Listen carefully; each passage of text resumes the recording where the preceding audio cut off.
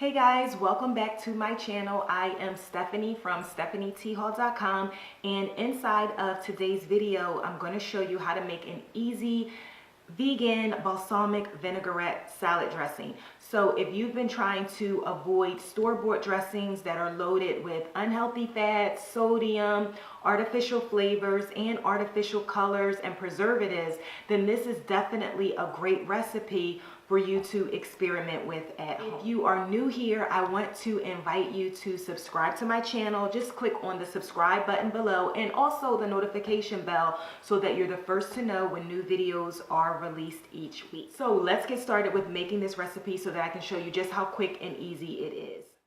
So we're just going to need a few ingredients to make this dressing. The first thing we're going to need is some olive oil, and I'm going to put all of the amounts below.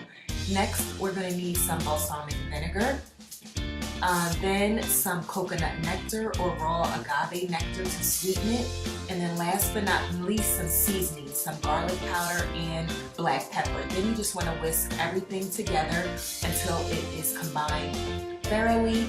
And then you want to store it in a glass mason jar in your fridge for up to 3 to 4 days.